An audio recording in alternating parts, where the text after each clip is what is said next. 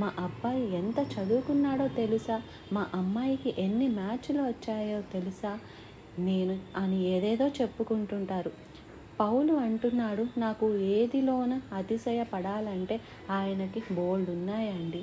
ఆయన పరిసయుడు, ఆయన రోమన్ హక్కు కలిగిన వాడు. రోమన్ సిటిజన్షిప్ అంటే చాలా గొప్ప హోదా ఆ రోజుల్లో. ఆయనకి హెబ్రీ భాష తెలుసు, హెబ్రీయుడు. ఆయన మళ్ళీ మంచి వంశంలో నుంచి వచ్చినవాడు, మంచి ధర్మశాస్త్ర పారాయణం చేసినవాడు. ఆయనకి అన్ని విధాల ఎన్నో ఉన్నాయి ప్లస్ పాయింట్స్. కానీ అవన్నీ ఏవేవి నాకు లాభకరములో వాటిని నష్టముగా ఎంచుకొని వెనుకున్న వాటిని మరచి ముందున్న వాటి కొరకు వేగిరపడుతున్నాను.